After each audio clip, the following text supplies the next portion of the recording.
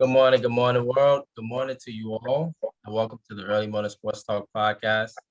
We thank you all for tuning in with us this morning as we conversate about the latest sports topics that has taken place from this week.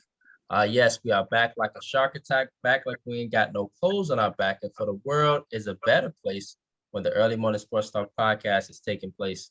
And so we thank you all for tuning in with us this morning. We always like to remind our viewers on how you can find us or how you can watch our videos, etc. You can find us on Instagram at the Early Morning Sports Talk Pod. Again, POD. Again, at the Early Morning Sports Talk Pod. You can find us on YouTube, Spotify, Apple Podcasts, or any place where you can find your podcast. We just are the Early Morning Sports Talk Podcast. And so we thank you all in advance for following us, and we thank you all in advance for chopping it up with us. Yes, this week we have had an interesting week of sports that has taken place, primarily the NBA playoffs. And so we saw with the Lakers and Warriors series, Anthony Davis put up a huge game one. Then game two, he became anemic. But meanwhile, the Warriors blew out the Lakers, and they evened the series, and they continue to do what they do, which is shoot the ball very hot from the three. We saw last night the Phoenix Suns make the series 2-1, begin to make it interesting. Denver took two in Denver. Phoenix took one last night. The New York Knicks, Miami Heat, series that's kind of been plagued by injuries. Game one, Brando out. Game two, Butler out. Meanwhile, the Knicks took care of the Heat in game two. And the Heat actually put up a pretty good fight without Jimmy Butler. And then lastly, the Sixers and the Celtics. Last night, Jason Tatum sent a message at the cold game two, in which in game one, Tyrese Maxey took over as well as James Harden. And so James Harden has been very cold since then. And last night, Jason Tatum and the Celtics ruined the MVP celebration for the current NBA MVP, Joel Embiid. And so with that being said, thank you all for tuning in with us this morning. We'd like to welcome our brother, Mr. Johnathan Abernathy, who is rocking with us as usual throughout the NBA playoffs. And so, Mr. Abernathy, Mr. Johnathan, good morning, my brother. How are you? I'm doing well. I'm doing well. How you fellas doing? Pretty good, man. Good. No complaints, bro. Yes, sir. And introducing my brother from another mother, Mr. Jamar Goodman. Good morning, my brother. How are you? Man, I'm hanging in there. How y'all doing, fellas? Good. That's well, my bro. Good, we're good. Yes, sir. Yes, sir. And Mr. Ian Jones, aka Peoples Hernandez, aka Rod Tillwell, aka Morgan Park Mustang wide receiver, aka my boy Ian Jones, my bro. What it do? Pretty good, man. Ready to get this playoff basketball discussion started. Hey, Yes, hey, sir, man. Hey, real quick, was you people Hernandez yesterday? Definitely Peoples Hernandez yesterday. It just, you never know, it could change at any moment. So yeah. And so yeah, with that being said, fellas, let's get right into the conversation. And so let's start with this Lakers and Warriors series. And so, Jamar, you know I go, and Johnathan, you follow up. And so, Jamar, just your thoughts on this series. And we actually need to make our picks for this series because we never made our picks last week because we had game 7 for Sacramento last Sunday. And so with that being said, we need to talk about this series and we need to make our picks too. And so, Jamar, bro, thus far, what are your thoughts on this series? And who you got for this series? So my initial thought is the Lakers go as far as Anthony Davis goes, but that's pretty much been the whole narrative the whole season, right? Like, you know, LeBron's going to be LeBron, but LeBron's not LeBron from, you know, a couple of years ago. This is mainly Anthony Davis time. This show goes as far as Anthony Davis go. And and I kid you not, like me watching KJ and M yesterday, and I saw that graphic, what they said, I was dying laughing. Where basically his points been up and down every game this postseason. So I expect him to have a whole bunch of points in game 3. But the fact that his points is looking like a a heartbeat out here. That's pretty bad. Like you supposed to be this guy talking about, you gonna have your number retired in the Raptors one day in LA and all this other stuff. And yeah, you are, a sensational talent, and you've been like that since you got in the league, but it's to the point to where, like, bro, if you gonna like really be that guy, like somewhat similar to what you was in the bubble, like, and for the Lakers to win this year, you gonna have to play like that points and everything else gonna have to be like a flat line at the top. Like you just gonna have to come out here and ball every game. There's no way that you should be looking like a Hall of Fame player one game and what Jay Williams say, look like a JaVale McGee the next game. And there's no shade to JaVale McGee, maybe the young JaVale McGee when he was out here doing Shaq in the fool moments, but yeah, there's no way, man. So I guess it pertains to this series. The Lakers only have a chance if Anthony Davis comes out and ball. Other than that, I feel like the Warriors are going to do their thing because even though the Warriors won game one, I feel like based on how that game went and it came down to that terrible shot by Poole, like outside of that, I feel like the Warriors are probably the more consistent team, the more poised team, the team that's been there before, obviously, and the one that's probably going to end up winning the series. I got the Warriors. Probably got them in 7 because I think the Lakers going to put up a fight here. I feel like the next two going to be a split, and then we got a best of 3, and I feel like, at that point, defend home court. Yeah. Yep. And your thoughts, bro? Yeah, I agree with Jamar. The Lakers only go as far as Anthony Davis takes them. Like you said, you can't have 30 points and 23 rebounds the first game. He had 21 and 11 in the first half. He was balling, but then he come back the next game and he's pretty much non-existent. And even I wouldn't even say just him. Watching game 2 and looking at just the whole team's energy, it felt like they were content because they won game 1. I was like, they probably maybe except LeBron, because LeBron, he came out scoring. He came out aggressive. He had about 20 in the first half. So I felt like maybe him and I can't never say his name right, so I just call him Hirachi, the one off the bench. Rui Hachimura. Yeah, he came. Yeah. I mean, them two, they came to play, and it seemed like everybody else were just watching, including AD. Right. I mean, if they gonna have a chance to win the championship or even get past the Warriors, it's not gonna happen like that. So I expect for them to come out and play, a whole lot better this next game, but that's just not gonna get it done. Especially, if Clay gonna continue to shoot like that, they'll get blew out every game. Right. And so, fellas, though, it seemed like we know about AD, y'all. Let's talk about some of the others, though, fellas. And Johnathan, you can jump in, of course, and Jamar. But like Austin Reeves, as example, Johnathan, he ain't done nothing this series. He look like a deer lost in headlights. He not even scoring. Okay, yep. He just out there, and Klay Thompson is murdering him. So I told somebody as well. For the Lakers to even have a shot in this series, Anthony Davis and LeBron James are gonna have to ball, regardless. But I also said we can't have games from D'Lo, but D'Lo is 2 for 14, 3 for 13. You're gonna need Austin Reeves to score his 12 to 15. He contribute on defense and throw a little assist here. Dennis Schroeder, those guys, they got to step up. They got to score. If they not gonna score, then in that first game they won, D'Lo had 17. I think Austin Reeves stepped up. Yeah, I think Austin Reeves had around 15. Then you get 30. Then you get 30 and 23 from AD. Then LeBron, he had 20. It don't even seem like he had 20 points, but he had 20 points. He had 11 rebounds. They're gonna have to have those type of games. We can't have the games like last game where you got, one of them games. D'Lo, he out there 2 for 11. Austin Reeves 2 for 7. Yeah, LeBron got 30, it don't mean nothing because we getting blew out and nobody else scoring. You know, Harachi off the Mhm. bench, he got 17, and efficient 17, but it don't mean nothing. If Clay got 30 from 8 threes, and then Steph got 20, then now they got Jermichael Green. Now he's scoring. So it's like they're not gonna win. They're not gonna win like that. Let me- Everybody has to contribute and score and play defense. Factual.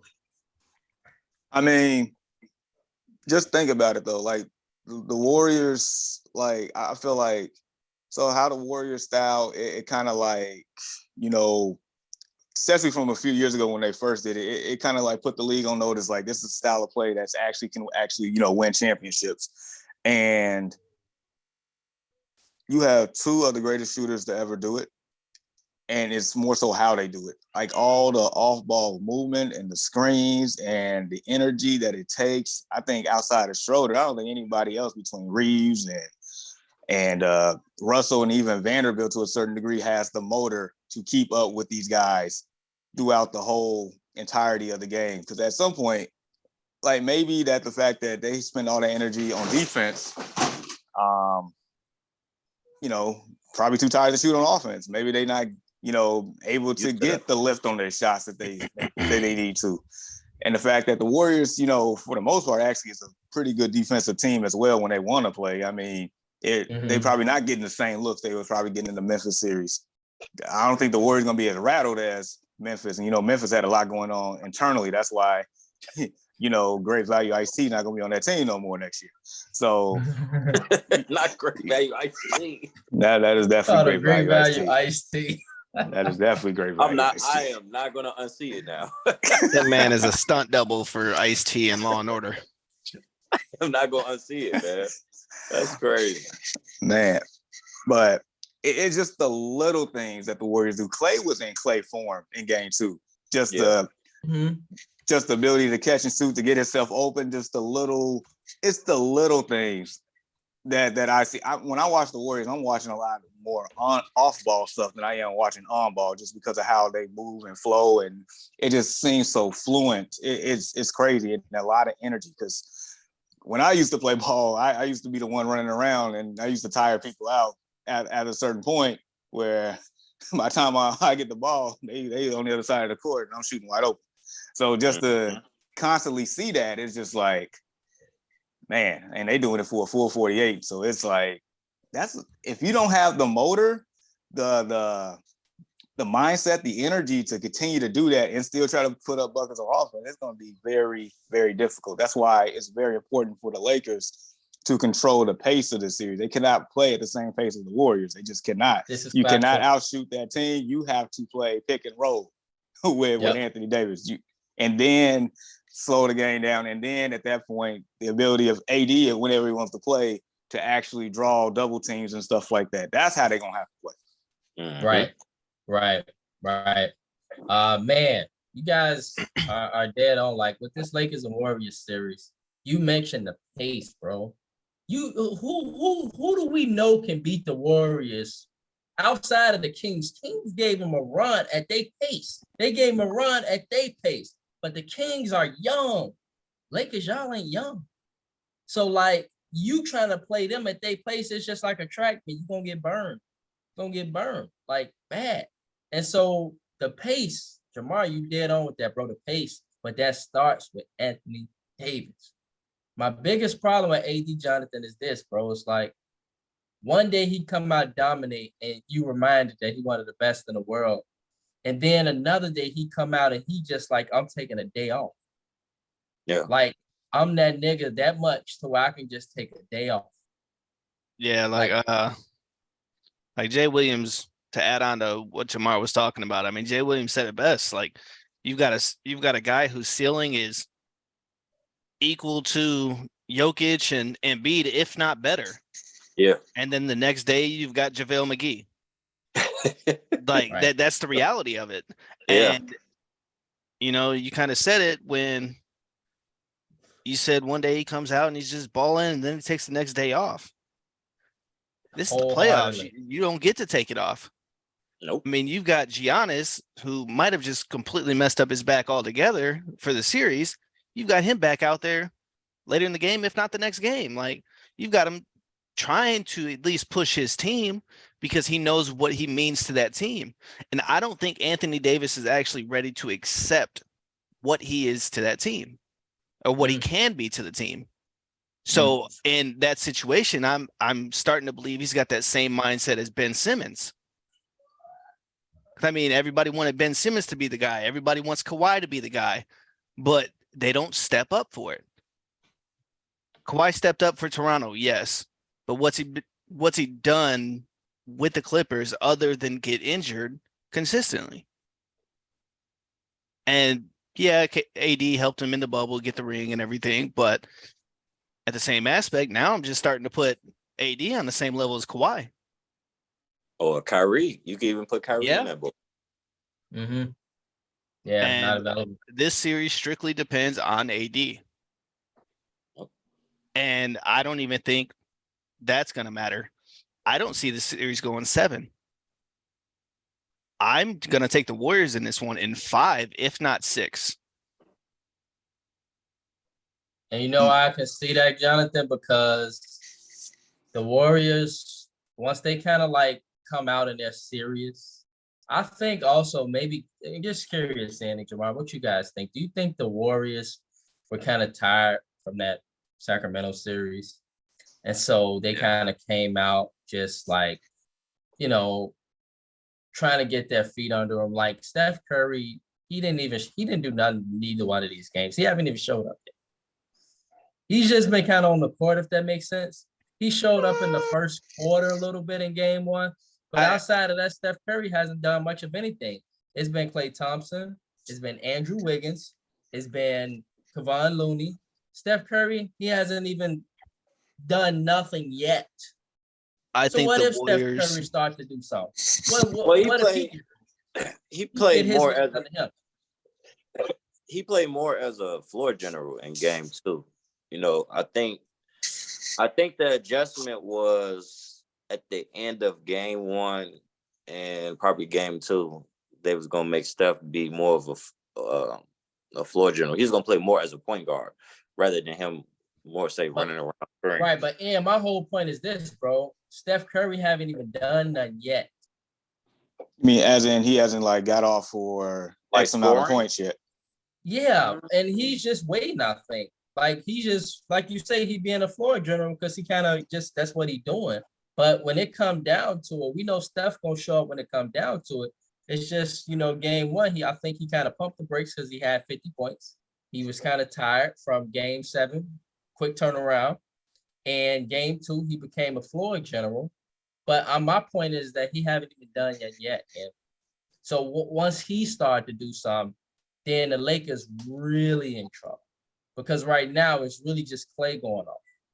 I think the Warriors pulled a pulled a Anthony Davis for game 1 and just took the day off to more so see what their game plan was going to be.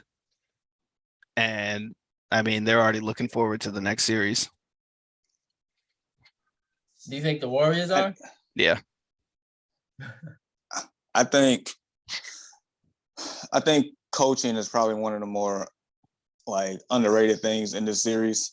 Because as you know, Steve Kerr is known to make adjustments, even on the fly. I don't know if Darvin Ham is capable to keep up with that coaching, because I feel like that's going to be a key deciding factor in the series, or more so how long the series will last, outside of the things that we just talked about previously. As far as Steph Curry, I mean, it kind of reminded me of the earlier Warrior teams, to where they was double teaming Steph Curry. If Andre Iguodala was out there, find a guy in the middle of the key, and then whoever collapsed there, find somebody at the 3. It's just basically they've been there before. Once they made that adjustment, it was like, oh, what do you know? Curry got 12 assists to go along with his 20 points. Draymond Green out here almost went from a triple single to a triple double. So I mean, like, these guys, they just made adjustments and playing better. And then the fact that Looney is out here, regardless of who he has next to him, he knows the assignment. Get all the rebounds he can. Right. Yeah. And it's just like, I don't know, I feel like with AD, like once they started checking him and they started putting hands on him, got physical with him, it's like, I don't know, he just kind of backed off. Man, I'm not trying to ask this, but is AD soft a little bit? I mean, this ain't the first time that this narrative has come around. A little bit. It's not. I mean, that was the narrative in New Orleans. What you mean? Yep. Right. I mean, Jamar, you have posted on the Early Morning Sports Talk podcast page that Anthony Davis got injured when he got dunked on. He did. He did. Jaren Jackson Jr. dunked on him. He landed up on the ground. He didn't even play the next game. I mean, and if Anthony Davis was in college right now, his NIL deal would be with Charmin. I mean, it'd be perfect. Not Charmin. The one ply too. Oh man. This is I know it sounds a little crazy, but like, I mean, it's kind of like a real question though, because like Draymond Green started getting physical with him, started putting his hand on him, things of that nature, got a little physical with him, and it's just like AD kind of just backed off. Like, I don't really want none of that smoke. I don't really want to get touched. I just want to, like, AD. But he's so talented, Johnathan. It's like Ian Jamar. He's so talented. Yeah, but he's seen what Draymond did to Jordan Poole, so I don't think he wants that same response. Oh, right. But he's so talented. Like, he can still kill you from the outside too. Like, even, and he can still go deeper to the basket too. Like, he playing around the free throw line the whole game, AD, trying to play the pick and roll. He can literally go inside and impose his will there deeper, or he can shoot the three. He ain't tried neither one of those games. Serious question. I'm serious when I say this, like, but what's the point of having all that talent if you're not going to be available half the time or consistent half the time? Like, what's the point? I mean, that's true. Man, this hurts my heart because Anthony Davis, that's Chicago dude. Well, he's like a pinch hitter in baseball. We also have to look at it from this side. AD's always been a defensive player, and now we're expecting him to come out and drop 30 points every game. Like, I mean, we've seen it possible from him, but in reality, he's always been a defensive player. Yeah. But at the same time, he's always averaged over like 20 to 25 a game. Yeah, like you're right. But it's not like we like expect him to do anything that he can't do. Right. It's like we're not expecting Kevon Looney to, give me 3 pointers a game type deal. We expect Anthony Davis to do everything within his skill set. Yeah. And he can't do it consistently enough. Just like we talk about Kawhi Leonard, like more so when he's on the court, like he actually plays consistently. Like that's one thing. Like Anthony Davis, like you can arguably say that Anthony Davis and Kawhi Leonard, they miss a lot of time, but at least when Kawhi Leonard's on the court, he's playing because like his level of play is high at all times. As in Anthony Davis, like there's no way I'm letting Draymond Green, who's 6'6", 6'7", like push me around and I'm like 7 feet. Like there's no way. Yeah. Average 24 points a game. Average 24 points and 10 rebounds a game for his career. Where you at, great. AD? Right. Where are you?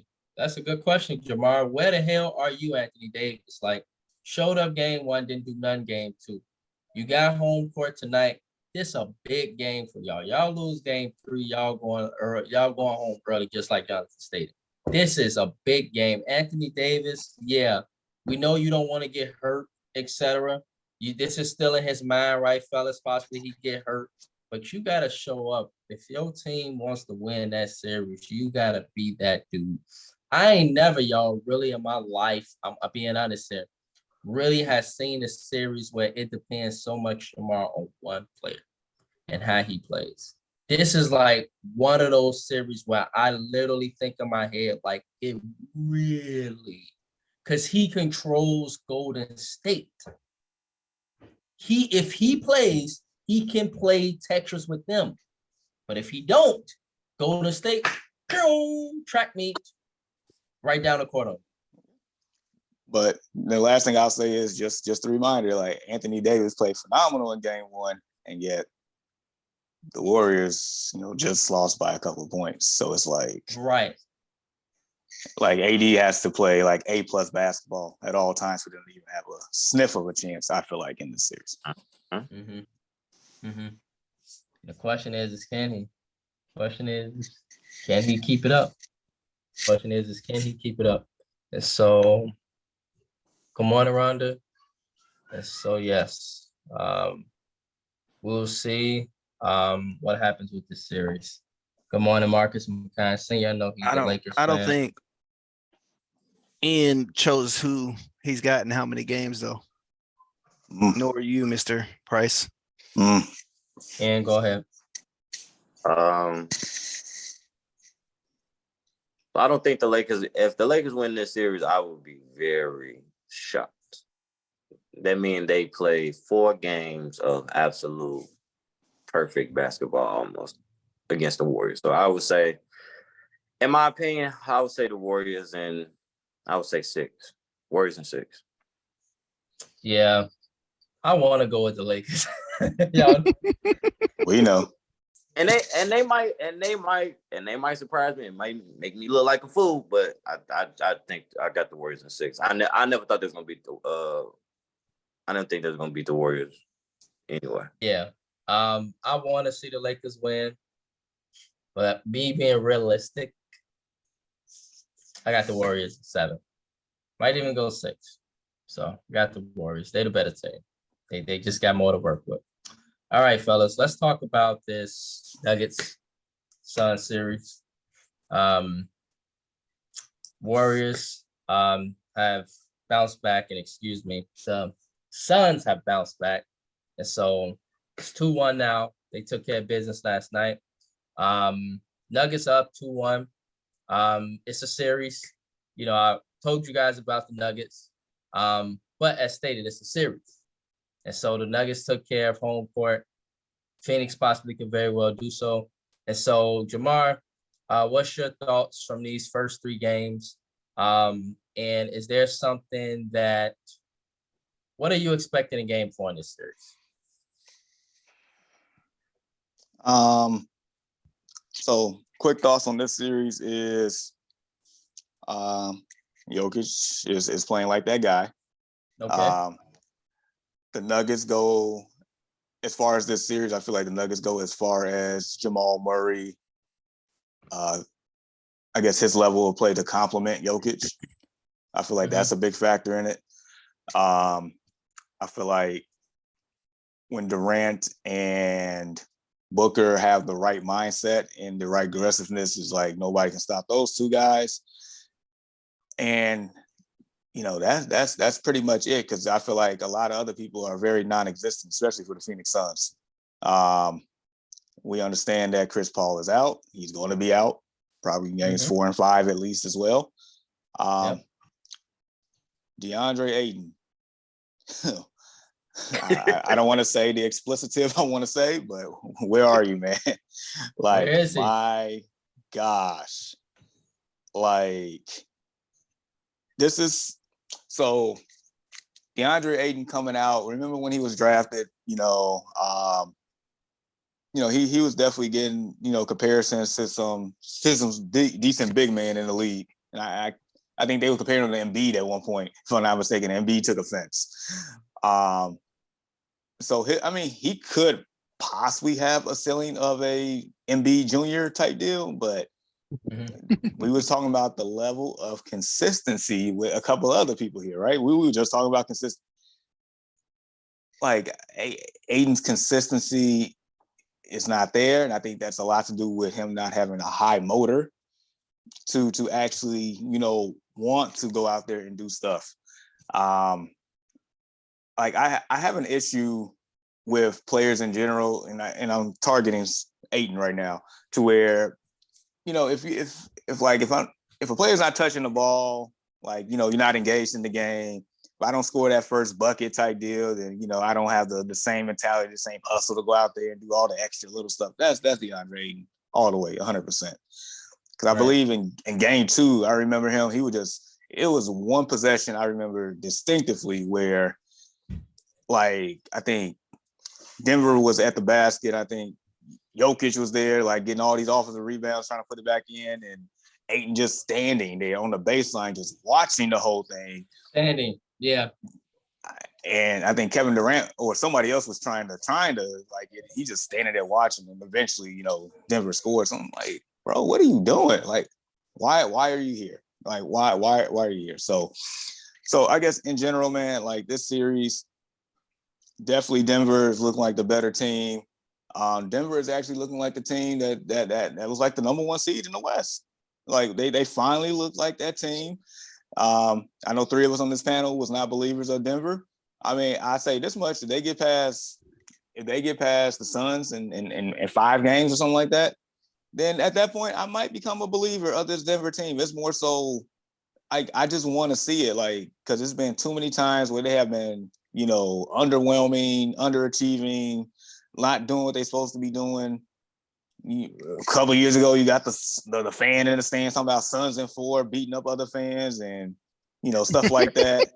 I mean, I just want, if I'm from Denver, just continue to be aggressive and make DeAndre Ayton look like a light pole out there. And if I'm, you know, Phoenix, like, you know, I'm gonna have to, like, you know, beat up Ayton until he's ready to go out there and play and beat somebody else up on the other team. Like, something got to give.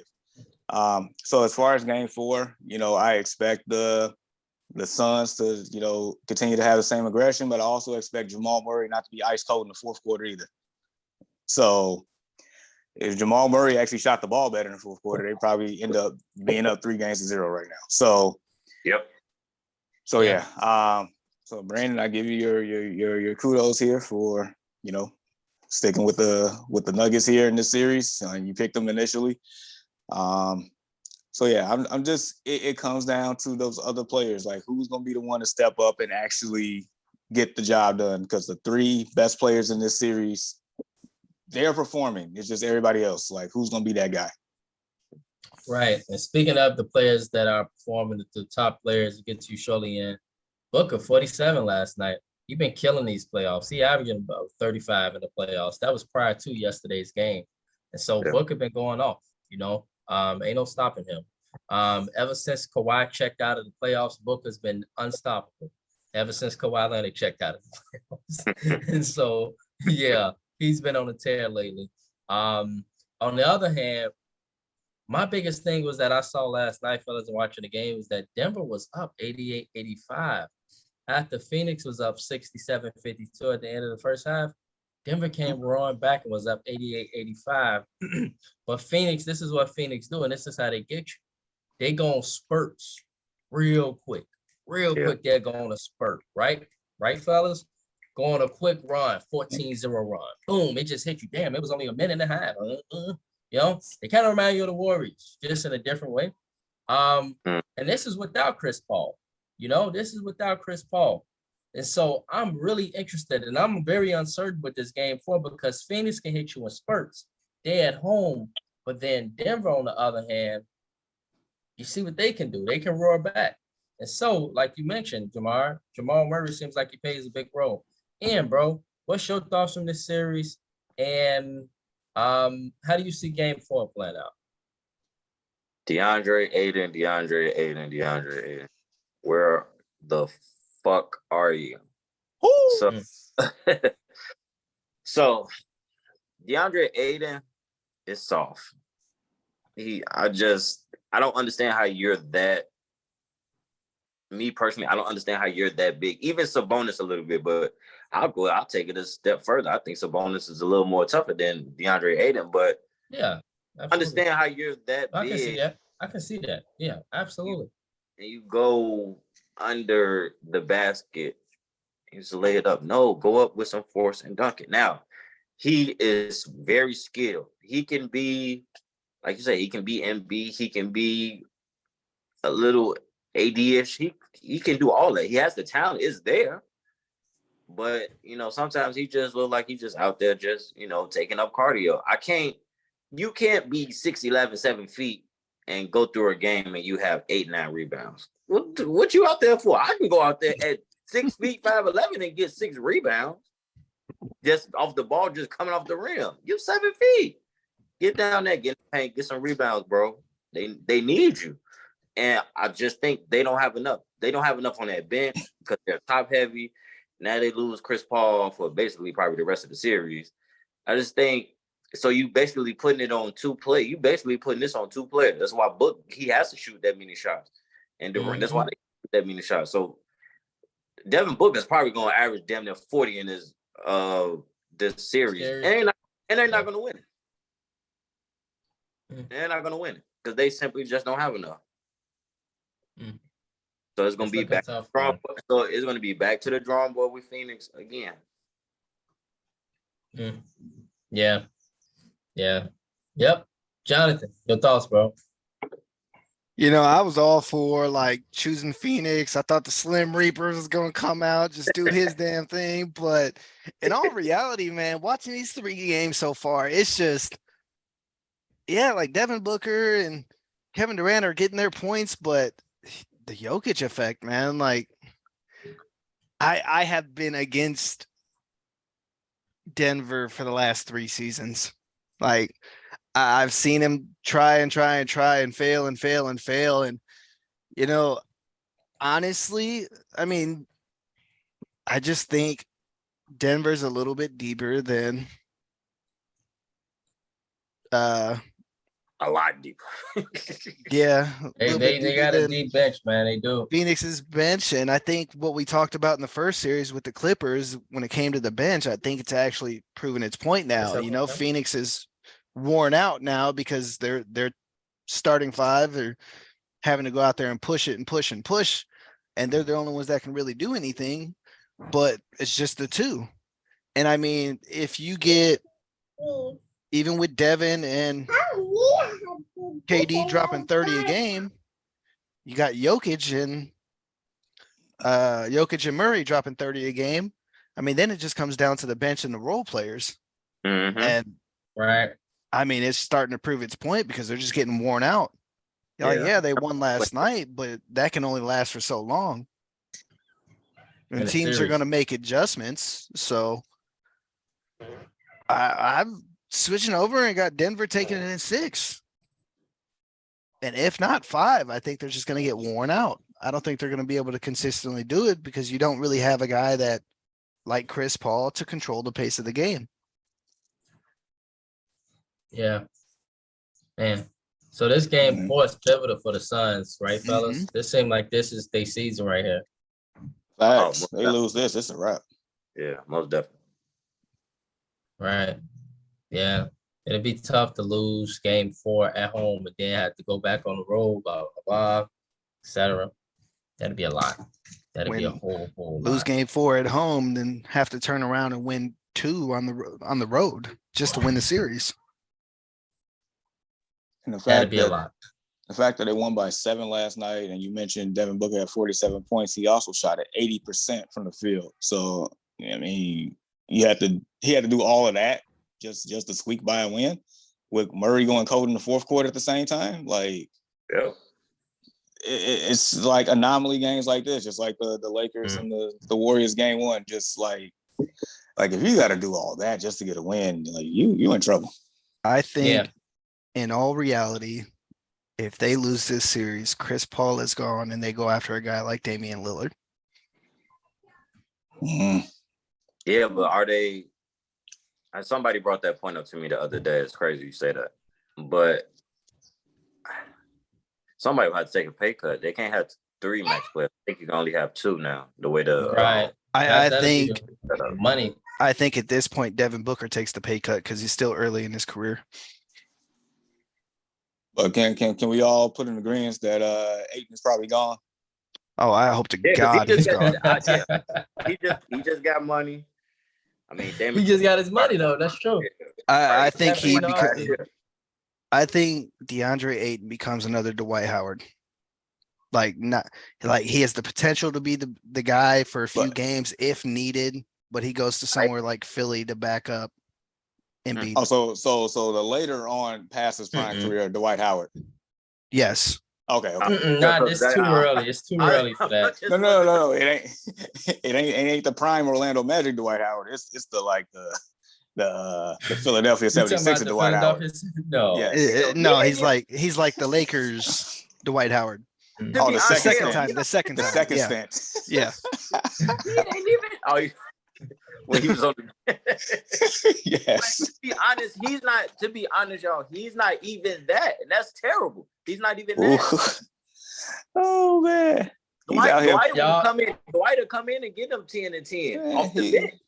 He's out here playing like he can't even get them that playing 40 minutes. He's out here playing like Eric Dampier, Brandon Haywood, Calvin Come on now, Booth, talk to me.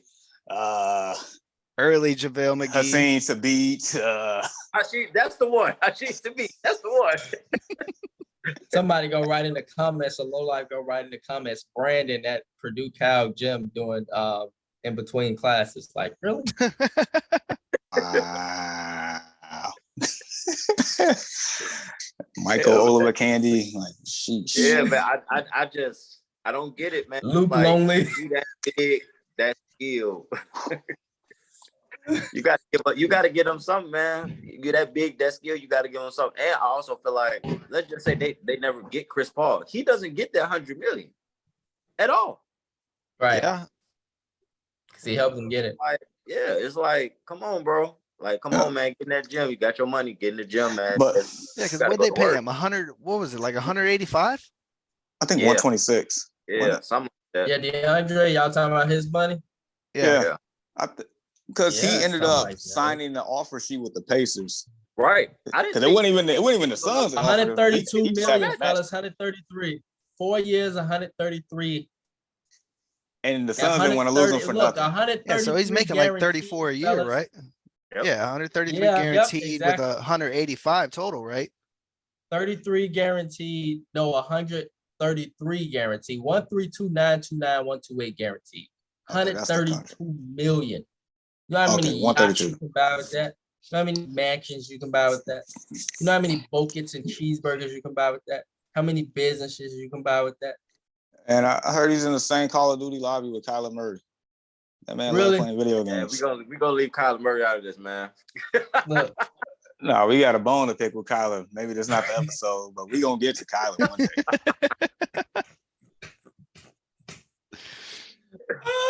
Oh man, but I mean, I just don't get it. I mean, I'm not. I want him to be great. But I don't see it. I just don't see it. So you said, in other words, he out there looking like Bill Cartwright? No, I mean, he don't even get that type of aggression. Honestly, I mean, you're sitting there. He out here Rasho Nesterovich. That's what he is. You can literally pick up Ben Simmons and you'd have a better chance at winning right now. No, seriously. And put him at the 5. Yeah. What's going to be the difference? I mean, you might as well, because, I mean, neither one of them are playing the way they need to be. Yeah. And Bismarck Biyombo is even, Bismarck Biyombo is terrible, and he's playing better than Aiden. At least he's trying. I mean, shoot, at least Ben Simmons is cheering from the bench. At least he's cheering his team on. Yeah, he's putting in some effort. Bismarck, he's trying.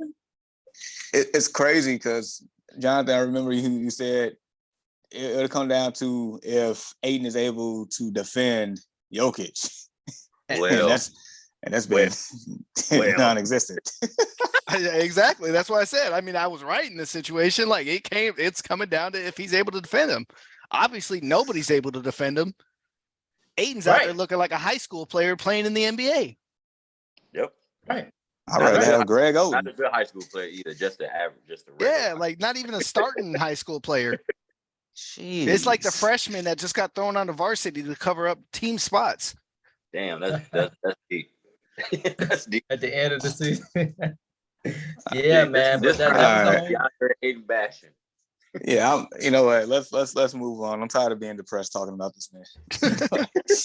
The one question I just want to leave with us, fellas, and could it just be that Jokic is that damn good? It's both. It's both. It's both. he's just hard to stop. Yeah. I mean, he's a back-to-back MVP before this year. I mean, but at the same What can you time, do there's with no him? way. Look, man, there's no way that Jokic should have 28 points, 17 rebounds, and 17 assists in regulation. In all reality, I mean, he should That have been boy a cold. He 3-time cold. He just MVP. cold. Like, Yeah. look at those That numbers. means Who ain't does nobody that? playing any defense. Yeah. And Yeah. I mean, but Joker is that cold, though. He is that dude. That's Like, what happens when man, did Jokic. y'all hear those numbers? Did you hear that? What? Yes. Like, Yeah, who does 28, that? 17, and 17. That's what happens when you have somebody of Jokic caliber playing against somebody that's not defending him. And on top of that, DeAndre A needs to get in the weight room. that's Look, Right. he out there looking What like was a his stat pogo line? stick. Oh, in 26 minutes, this man shot 2 of 6, 9 rebounds, 4 fouls, and 4 points. There Oh, you and it go. was 30 points, 17 and 17. See what I'm Oh, my saying? mistake. Yeah. That's 26 nasty. minutes. Aiden had 26 minutes, 9 rebounds with 4 points. That's just atrocious, bro. Like, I can go out there and put up 9 rebounds and 4 points in 26 minutes. Like, I mean, come on now. Like, you're getting paid 130 million, bro. Dude, the backup center came in and shot 3 of 3 with 6 points and 9 rebounds in 22 minutes. That's what I'm saying. Bismarck Biyombo's playing better than No, that man. not even Bismarck. Bismarck didn't even play. Some dude named Landale. Yeah. Jocks Landale. Now I know Landale. And he Yeah. came in playing out playing Aiden. Like, I'm done. Let's move on. I'm done. Can't do it. I feel like Mike Singletary in that rant when he was talking about Vernon Davis. And so again, coach though, Jamar, right? Again, though, Jamar, Bismarck didn't even play this previous game, did he? Nope. Didn't even play. And the first 2, he out there working hard. And this man ain't doing nothing. All right, so let's move on. Let's talk about this Heat Knicks series. Yes. So this has been a pretty interesting series thus far. Miami came out, hit him in the mouth, y'all. But the Knicks came back without Jimmy Butler. You know, did y'all see what he was doing at the end of the game in game 2? He was kind of talking stuff to the Knicks crowd. Because I think he was talking to Carmelo, though. And so, you know, we all kind of know how LA is. We know how New York is, Miami, Golden State, or San Francisco. That's a lot of celebrities in those cities, but especially New York and LA, right? Yep. Watching the Knicks game 2, fellas, it was so many celebrities at that game. I'm just like, Jesus Christ, if the Knicks get to the finals, I just keep thinking, what if it'd be a Knicks and a Lakers finals? Just how great that'd be. It's just that's an HD moment. But the whole point is this, brother, it won't happen. It won't happen. And so with the Knicks, though, Carmelo was talking to Jimmy Butler, and Jimmy Butler's like, yeah, enjoy this. Y'all won game 2. You know, the Heat we still almost beat y'all without, you know. And so I'm curious, Jamar, what happens game 3? And what is just your thoughts of the Heat, let's say, with and without Jimmy Butler? What's his importance to this team? My initial thoughts are the New York Knicks are in trouble. All right. Yeah, because I watched both games. Game 2, I mean, the fact that the Heat was out here, you know, competing and like made it a very close game until the very end. I mean, that lets me know that I don't think the New York Knicks can score when it really matters. Yeah, I don't think they can score enough. And that was one of my things going into the series. The reason why I like the Heat, because yeah, I mean, the Heat, for the most part this year, are not like a great 3-point shooting team, but they have been able to make those shots lately. They've been a hot team lately, pun intended.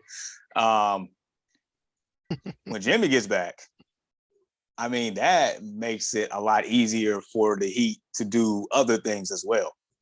So, I mean, granted, you're not going to have Caleb Martin dropping what do you have, like close to 30 that game, if I'm not He mistaken? went off. He went Like off. 20, at least 20 plus for sure. He went off. Like, so in game 3, I feel like the Heat's gonna come out. I'm pretty sure Jimmy Butler's gonna play at that point. If Jimmy Butler plays, the Heat gonna come out, and I feel like it's probably gonna blow them out the water. I feel like not enough scoring. Jalen Brunson's still probably gonna get his, but I still don't like the way Randall plays at all. I feel like he's a ball stopper. He just takes dumb shots a lot of times. Yep. Shooting a terrible percentage from the field, somewhere around 35 to 40% with these step back shots from like 22 feet out. Like why, man? Why? But no, nonetheless, like he just playing a lot better. They just playing better. Jimmy Butler is going to free up a lot of things on offense and defense for this team. Kevin Love's out here still doing his thing. Bam is going to get easier looks. I just feel like when they get to South Beach, and we know that their crowd, their home court advantage is going to be a lot better. Right. They got a crowd too in Miami for sure. And so, yeah, you bring up a good point in regards to the dumb shots by your boy Julius Randle, but the Heat going home to South Beach today. And yeah. And your thoughts, bro. What's your thoughts with game 3? And let me ask you this. With Jimmy Butler, though, do you think that, and Jamar, you bring up a good point with Caleb Martin, he's not going to eat as much. Do you think with Jimmy on the court, though, and that it slows down the others for the Heat because he's so ball dominant? But do you think that would even matter? And that would actually slow down the Heat to actually, lose to the Knicks, or would that not even matter? Jimmy Butler on the court, of course, they're a better team. But I'm just asking, like, do you think that the others, and them like eating less, will that affect this team negatively, or will it affect them positively? So let me say this before I comment on Jimmy Butler. I love the Garden in the playoffs. It look like it's just a different atmosphere. When it's a close game, it's like the whole crowd is standing up. It's almost like you being at the park and you playing outside in front of like your friends' family. It's just give that type of. It's beautiful. I get hyped watching it like I'm there. It's crazy. You see all the celebrities, even they into it. They be want to run on the court. I'll be like, man, that got to be the best atmosphere ever. But what I feel like Jimmy Butler, no, I don't think that's gonna matter. I just feel like you guys said, I feel like Miami is playing, better basketball. And thank you, Jamal. I hate the way Julius Randle plays. It kills me. It kills me, bro. It's just he get out there, he want to play one-on-one ball like he Kobe Bryant, bro. I'm like, bro, I know you can dribble, I know you can shoot a little bit, but you don't always have to take threes like you a guard, bro. Like that, no, bro. Get in the paint, man. And I mean, I get it. He has his game where he'll go off and he hitting everything. But then he had them games where he'd be like, come on, man, that's a bad shot. You come down this one-on-one basketball like he 5'6", like he a point guard. I'm like, come on, bro. What are you doing? He's shooting low. He has been in a 3-point contest before. Huh? So maybe that's inside of his head. They should have never invited him to the 3-point contest. That was the NBA's mistake. They should have, because it went to his head. Because remember when Ian, really quickly, bro, you can beat me up. Remember when he went to the 3-point contest and we talked about the All-Star? And I think all three of us stated, like, what the hell is he doing there? Go ahead. Yeah. Him and Cat had this problem too. I mean, but Cat's a better shooter, but still. But they both got the same problem. That's real. I hate the way he plays. But a person that has played a big part in New York's success is Josh Hart.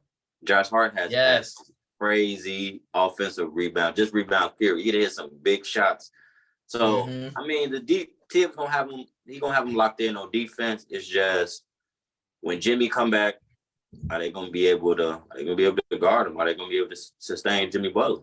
Because Jimmy Butler, I'm not gonna lie to you, I'm not the biggest Jimmy Butler fan, but man, we got Hemi Butler. You feel me? So he been showing up. He been showing up every game, every series this year, and they're the 8th seed. They playing like they're the 1 seed. I mean, but they slayed the 1 seed, so technically, you got to look at them as the 1 seed right now in the East. Well, potentially, like we always say, they can come out and look like a 1 seed, like they going straight to the NBA Finals, and then one game they come out and look like they don't even need to be there. Mm-hmm. So, as of right now, they've been playing like, honestly, they've been playing like the 2020 the bubble heat. That's without Tyler Hero. They've been playing like that. So A lot of ball movement, a lot of great defense. I don't know if New York is going. I wouldn't say that because they'll come out and surprise me. I don't know if New York gonna be able to. I think the experience is gonna take over at some point. That the experience is gonna take over. Right. But I do think the series probably will go 6 or 7. I'm gonna take Miami. You got Miami tonight? Yeah, I got Miami. Yeah. Johnathan, just your thoughts, man, from the series. Anything you got that stands out to you? You know, I haven't liked the Knicks since the playoffs started, and Really? like I said, you got to refer to him as Hemi buckets. Hemi buckets. This man, when he's on the court, I mean, he's going crazy. Yeah, and he's in true playoff form. Like, I mean, obviously, like we said, Devin Booker's having a phenomenal playoffs, but I mean, I don't think we've seen a playoffs like somebody in the playoffs playing like he is right now and asserting his dominance in the game and in the games he's playing in a couple years now. I mean,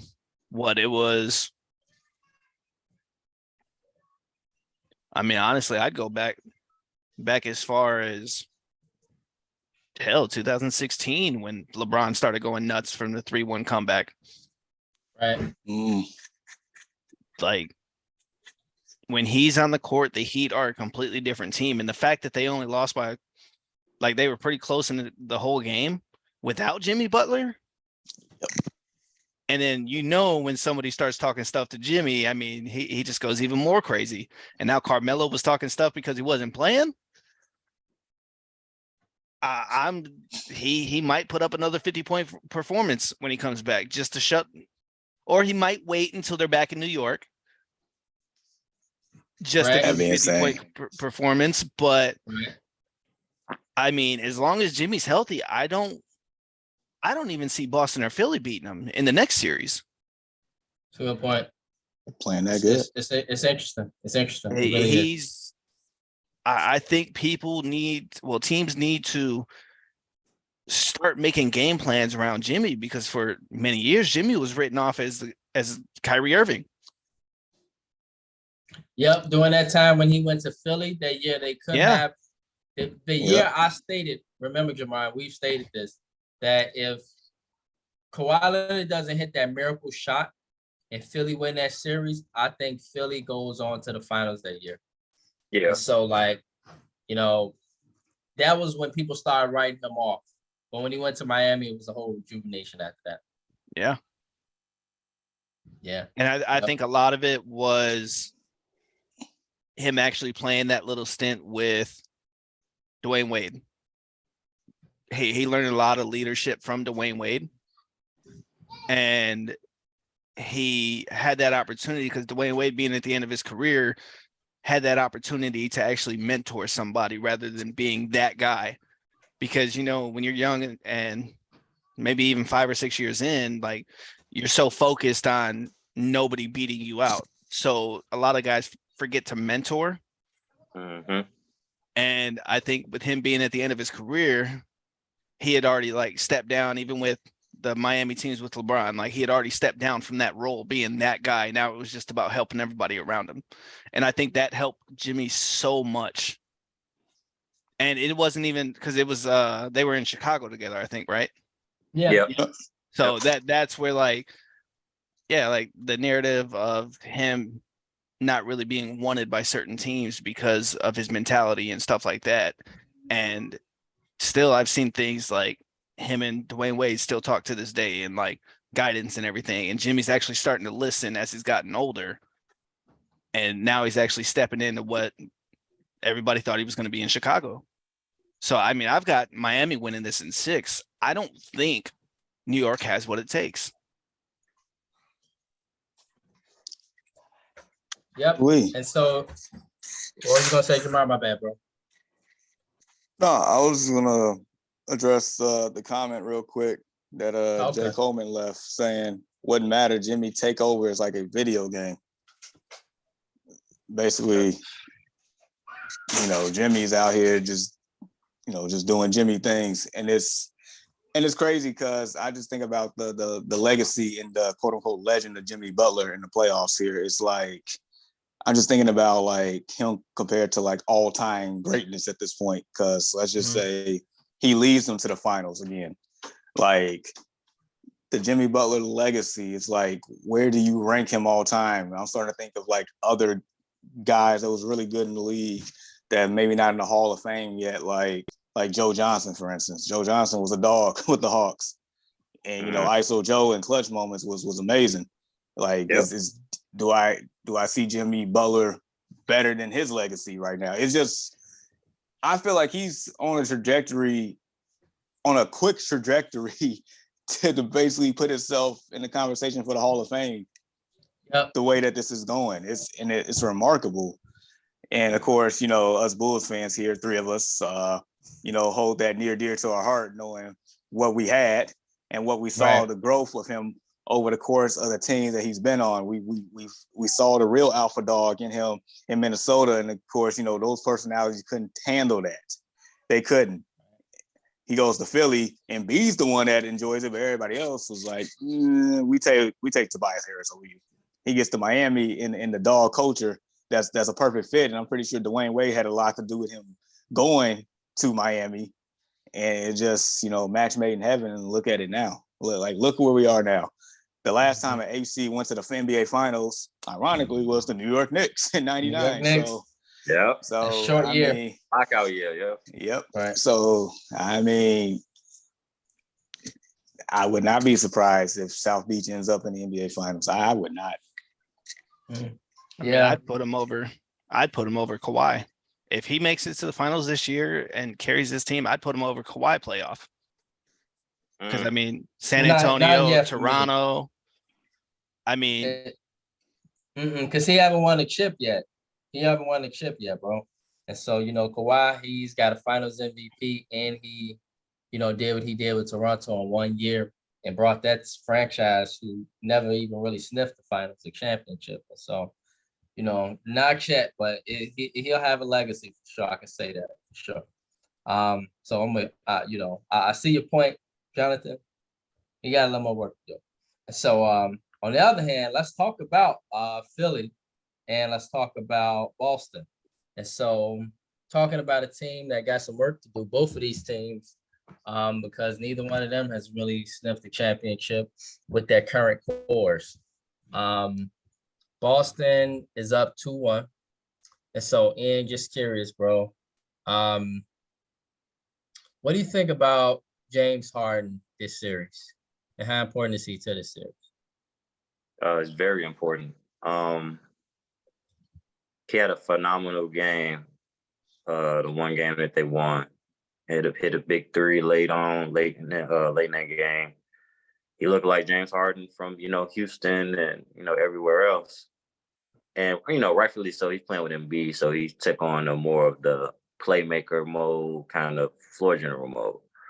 I mean, when you play with a guy like Embiid, you have to. But I mean, with Embiid battling injury, I mean, this playoff series, he's gonna have to put up more points for sure, like he did that night. And it's possible, but You can't come back after that. It's almost like the Anthony Davis situation. You can't come back the next game and just be non-existent.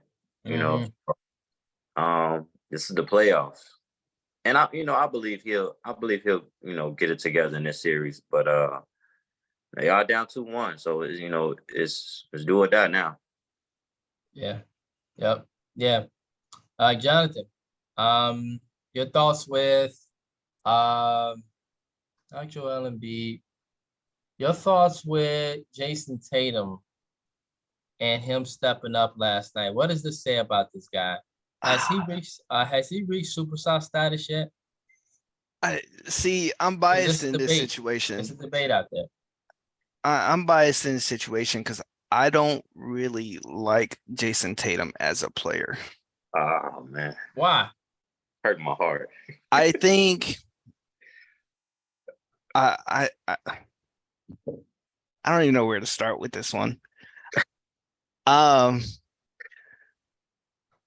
think he just hasn't proven himself to that extent that everybody's giving him the praise for. And I mean, as a whole, I mean, he's had some good teams, but he's also had some very good support. Like, basketball is a game where it's a team sport, and when you're not doing your best or you're not having one of your best days, your team is supposed to pick up the slack, which is understandable. But I feel that more often that he performs very well in games that don't really matter.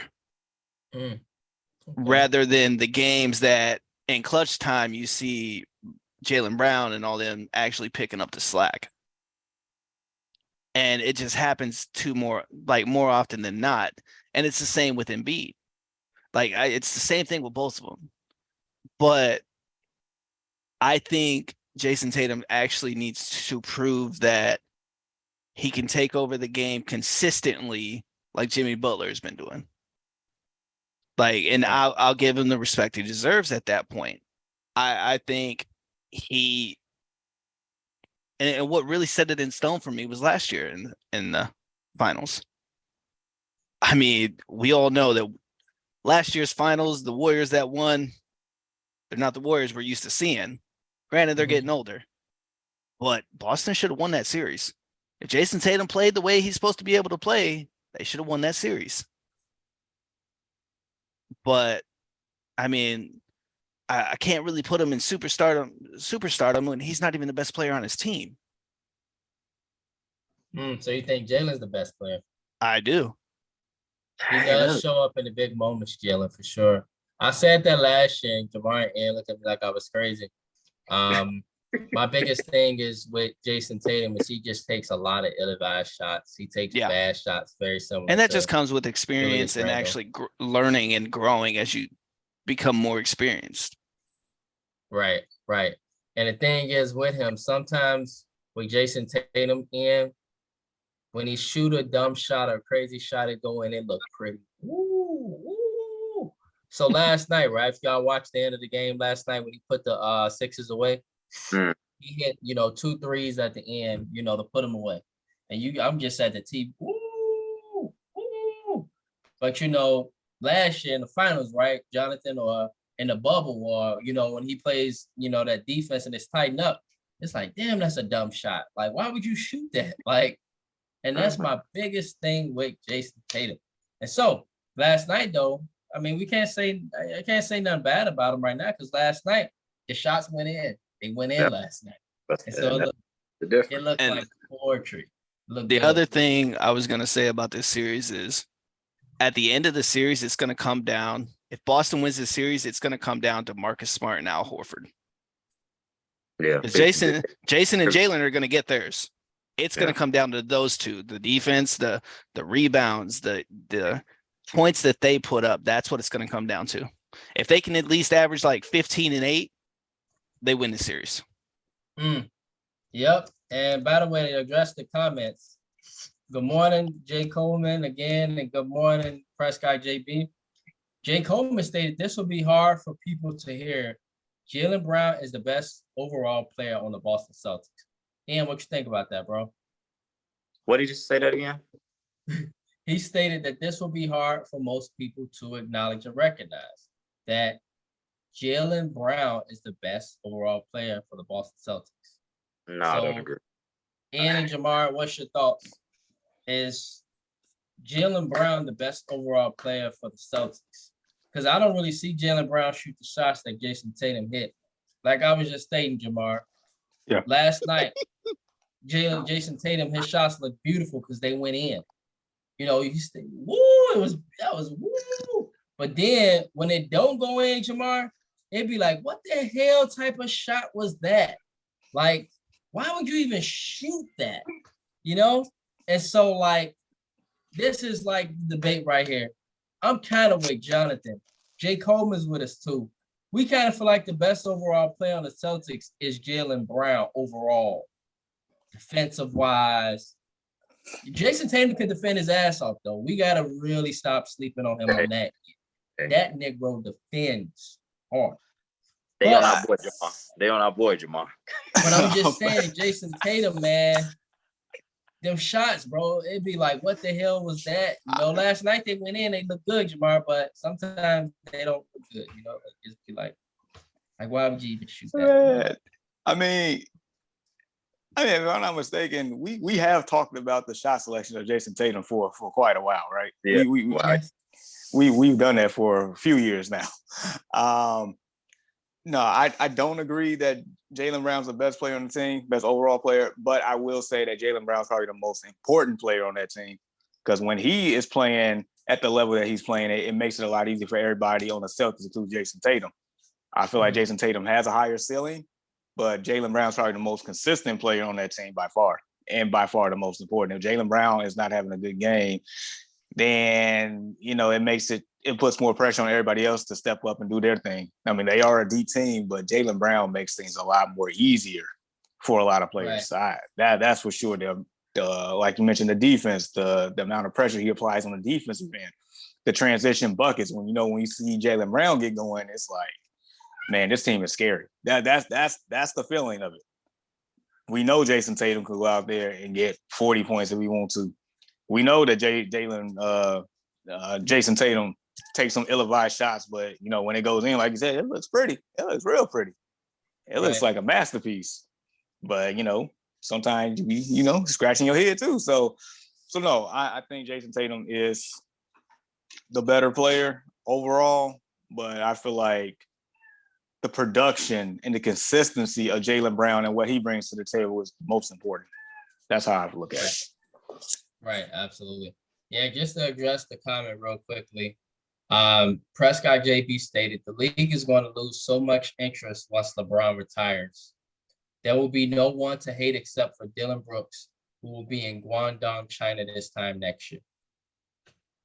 So, yeah. I mean, the first part of that, he's not wrong though. Like, probably the viewership does go down because in every sports league, you want a villain and you want a hero, right? You definitely do. You want a person that you for or you against, and then at that point, you want somebody else that can maybe come in and slay the dragon. You want that narrative all the time. So right. I mean, who is going to be the next person in the league at that point that can probably have that negative, that narrative with them? Like, who could it be? Right, it's a good question. It had to be probably an international player like that. On the other hand, Jay Coleman stated, Tatum has a light case of AD bug, where he is inconsistent in big moments.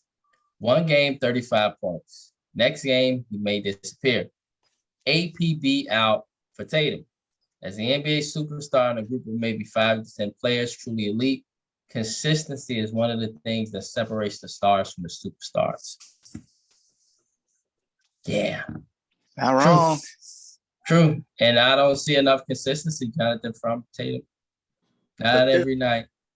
But this guy was arguably, at one point, he was number one in MVP voting this year.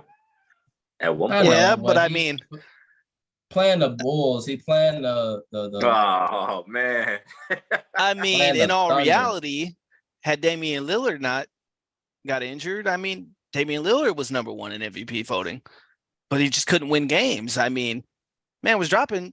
I think he dropped a 70-point game and two or three 60-point games this year, with on top of like 4 or 5 50-point games. I mean, I would take a healthy Damian Lillard, mind you, a healthy Damian Lillard over Tatum any day. I mean, Damian Lillard is one of my favorites. We all say it. Yeah, if I had 3 favorite players in the NBA right now, Damian Lillard is in that 3. Him, DeMar DeRozan. I don't even really count LeBron no more. And yeah, it would probably be Jason Tatum. Them will be the 3. So I'm not going. I'm not even gonna argue with you with that one. You got it. Right, but let me ask y'all this, fellas, because we kind of getting on Jason Tatum, but Jason Tatum also at times just do his best for his team. One thing we can't say about Jason Tatum is this dude does not lose. In the playoffs, Boston is around every year. Yeah. So maybe right. So maybe we need to start paying attention to that narrative that he's a winner. Like, yeah, maybe sometimes he can take these ill-advised shots because their defense is so crucial that they know what they can do, and they just kind of go from there. Like a new coach come in, no disrespect to the coach, but with that core, they right back at it again. You basically mentioned kind of talked about a point I was about to bring up that, yeah, I mean, Tatum at times is inconsistent. And if we compare it to AD, I mean, I get it. But I guess maybe Tatum lives in the benefit of the doubt realm, as in he has his margin for error is a lot bigger with the Celtics as opposed to AD with the Lakers, because Lakers go as far as Anthony Davis goes, and the Celtics is more team oriented. Tatum has a bad game. Oh, we got Jaylen Brown, we got Al Horford, we got Marcus Smart, we got Derek White, we got Malcolm Brogdon, we got a plethora of guys of a lot of people. So maybe he gets the benefit of the doubt, but also just to play devil's advocate, because I'm not neither for or against Jason Tatum here. But last year, he was just about the best player on the championship team last year until Steph Curry happened. Like, so in the year that, and let me ask you all this, the year that the Lakers won in the bubble, would you consider that LeBron's team or AD's team at the time? Who are you asking? For me, it was just whoever. That's tough. The tough one. For me, it was really AD's team. Yeah. It was LeBron leadership, but on the court, it was Anthony Davis' team for me because they just went with him. LeBron got backed out so much because of Anthony Davis, because of his defense, number one, because of his ability to get the boards, and because when it came down to the crucial moments and the shots, if it wasn't LeBron, it was him. And so I would say it really went through AD. So we got AD. You say AD as well, Johnathan. What about you? I agree with that one. Okay. What about Ian? What do you think? That's tough. Because I want to say AD, but then it's like maybe it was only AD because he was finally healthy. And on that team per se, LeBron was there's no question he was a point guard. So he played more of a floor general that year because with that year he led the league in assists. He had a lot of good help with Rondo too, though. Yeah. Rondo. That team. I mean, that people forget that team was deep. You had Rondo. You had Dwight Howard. You had Caldwell Pope. You had Caldwell Pope. You had Danny Green. You had some guys. Danny Green. Yeah, they had a lot of guys. Yeah, a lot of good outside shooting. I mean, you know what? I agree. I would say I would say AD, and I feel like that's the blueprint of what they want what they've wanted this whole time, but it just hasn't been there. Right. Okay. So we started with the Lakers. We ended with the Lakers. Yeah. I would say, that was the whole plan from, the beginning of them getting Anthony Davis was for LeBron to just kind of, I wouldn't even say take the backseat, but for him to be the floor general like he was that year. And, AD, this your team. You take us, how far we going to go. But, and if I can make a comparison for Jason Tatum to another sport of what he reminds me of, it's kind of like a Josh Allen right now. Like he gets his team there.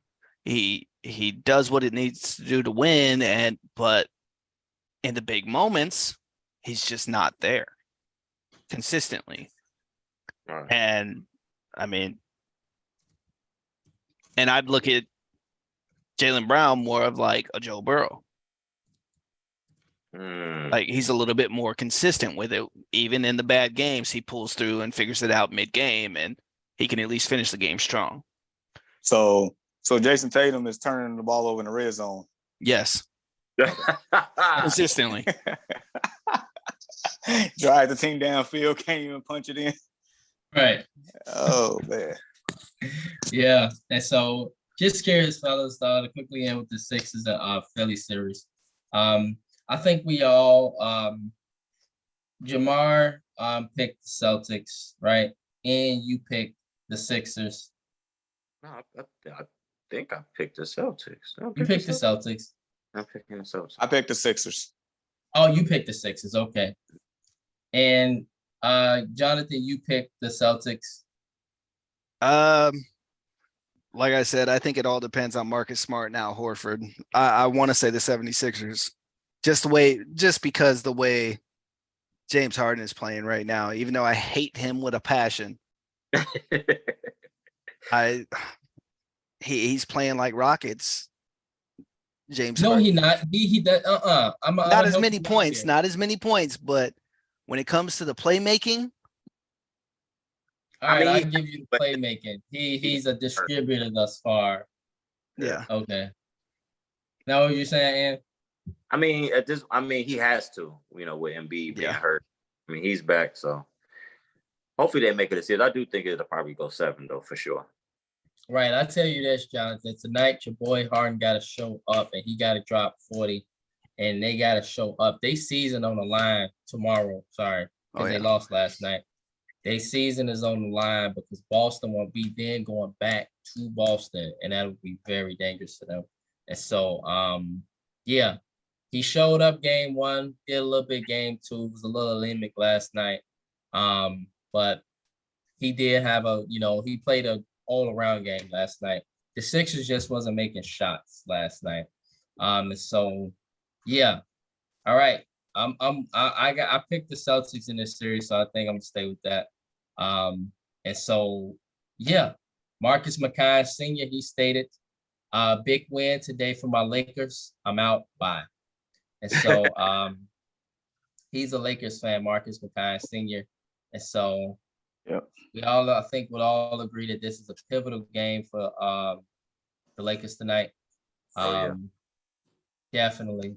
And to address the comments, Jay Coleman stated Bron team, but AD is just his general. AD has been playing consistently inconsistent because it is still Bron's team. He can't control the game plan day to day. AD needs to garner touches like Embiid. Yeah, he was getting his touches, Jay, the other day, though. I mean, against the other day, he was getting his touches. He just didn't seem like he was interested. He just didn't seem like he didn't seem like he cared. He was getting his touches, and when he got his touches, Draymond Green was, just using his hands to tap the ball out of his hand, which was frustrating.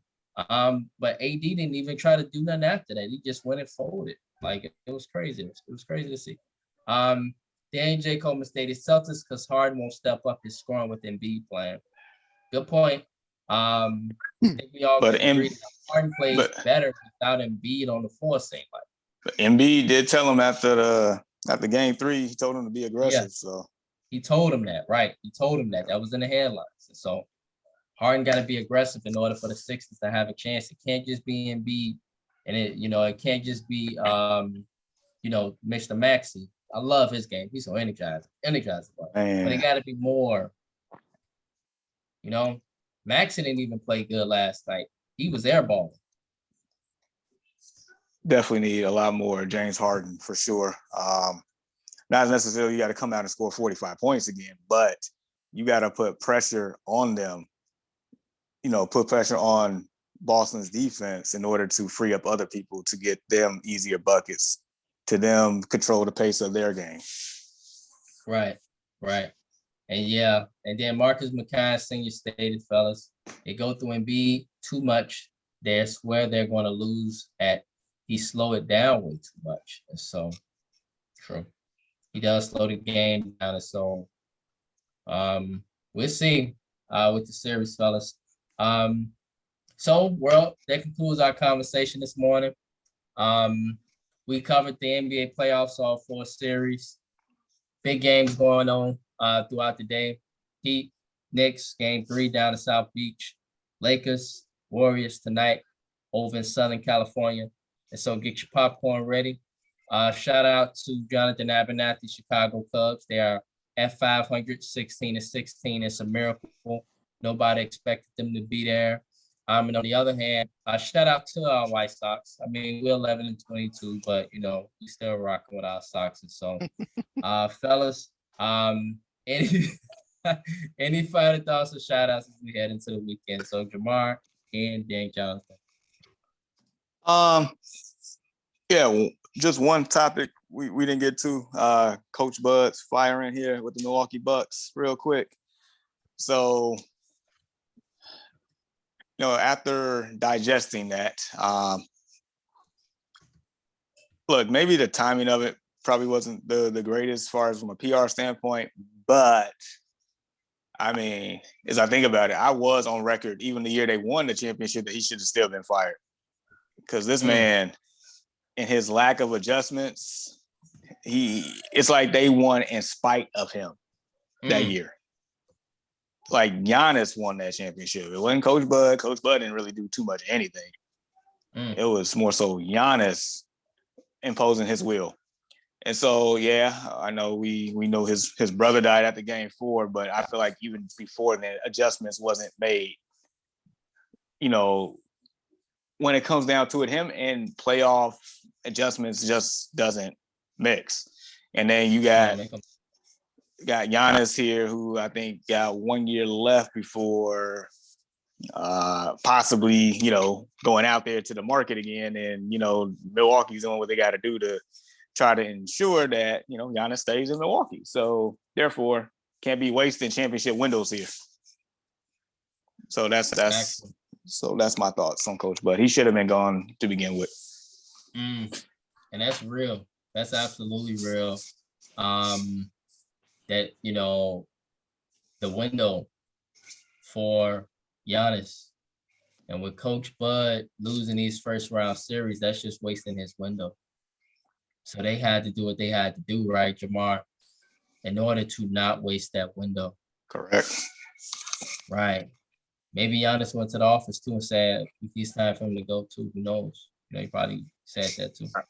I believe it's rumors that I think what I heard yesterday that was the thing. I think he was tired of Coach Bud from the beginning of the season. So I mean, I was kind of shocked at that.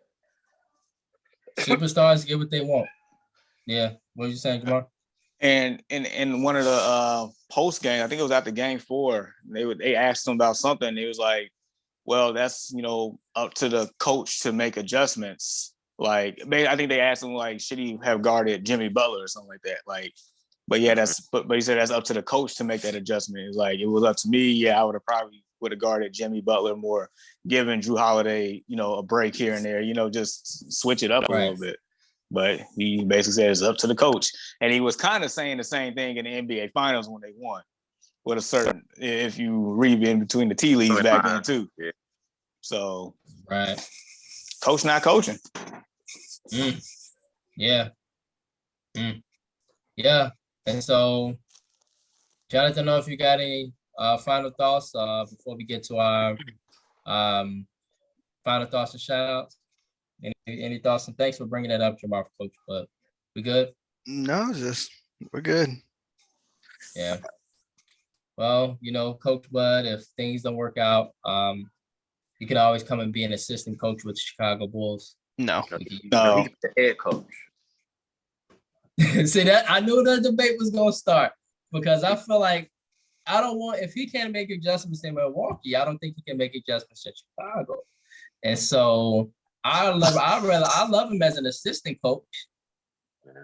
I love him to be on staff. Man. He could get us to be He the helped number us to one. a championship, possibly. He'd be a great assistant. If he could get us to be the number one seed and stay the number one seed, I'm all for it because Billy Donovan ain't it. Why do we always have to be the teams to be loyal to the bum coaches? And we got a coach that just won a world championship, 2-3 years ago? And he just got fired. And we always just content with just being Mediocre. Yeah. I mean, your thought process is not wrong, but I'm sitting here. If a guy who's had this number one team for like 4 years now and can't make adjustments with arguably the best player in the league, like I don't want you. Yeah. I'm with Jamar on this one, and me and Jamar really ever agree. Like I'm with Jamar on this one. Like really, like it kind of lets me know, like, yeah, if he can't do that with Giannis, who was the number one player in the world, like he won't be able to do it. He probably won't even be able to handle Zach LaVine's personality, let alone Patrick Beverley's. He'd be out in the locker room screaming at him and stuff. And so yeah, probably he can't handle that. No, not at all. He can't handle the west side of Chicago, man. I was just about to say that. Right? He wanted He to be can't able to handle make it to the Madison games. Nah. Imagine Coach Bud on the L. Man, that ain't happening. Not on the L. I would hope he's not on the L. That's the last place. Hey, imagine at Maxwell. Imagine at Maxwell's street ball. He should make a trip there, but on the L, no. That'd be hilarious. Trying to get on at 87. Imagine Coach Bud at Maxwell Street Polishes on the west side. And it just looks so awkward, man. Like, what are you doing here, Coach Bud? Like, this is it just wouldn't fit right, man. And so yeah. I don't I think he's a great coach, but he'd be a great assistant for us for sure. He'd be nice. Great to have on staff. Make us do a lot of adjustments along with another coach, and then it'll turn out to be gold, But he making that adjustment on his own, be like, all right. And so yeah, Jamar, any final thoughts or shout outs, bro, as we get into the weekend? I guess outside of that, I mean, hey, enjoy these NBA playoffs. I can't wait for this. Personally, I can't wait for the. Matter of fact, are both my favorite games today? The Knicks and Heat and Lakers and Warriors play today? Yes. Yep. Oh yeah. I'm right. Yeah, in the middle of me doing what I got to do around this house, I'm definitely watching that. Absolutely. Yes, sir. Yeah, and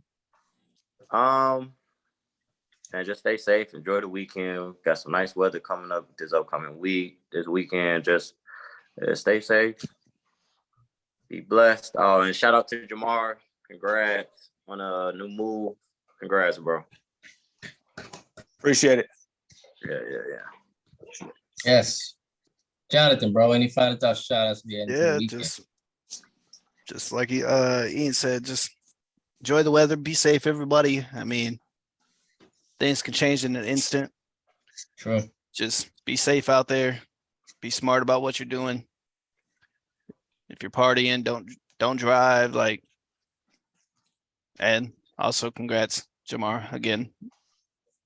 Yeah. And appreciate you. Yep. Everybody be safe and have a good weekend. Yep. Congrats, Jamar. Sir. Thank you. Yeah. The world, NBA playoffs. And you all have a blessed weekend. Be safe. Remember that with God, all things are possible. We thank you all for tuning in with us this morning on the Early Morning Sports Talk podcast. Just having a conversation with a couple normal guys who love sports. We appreciate you all, and may you all have a blessed weekend. Peace. Peace.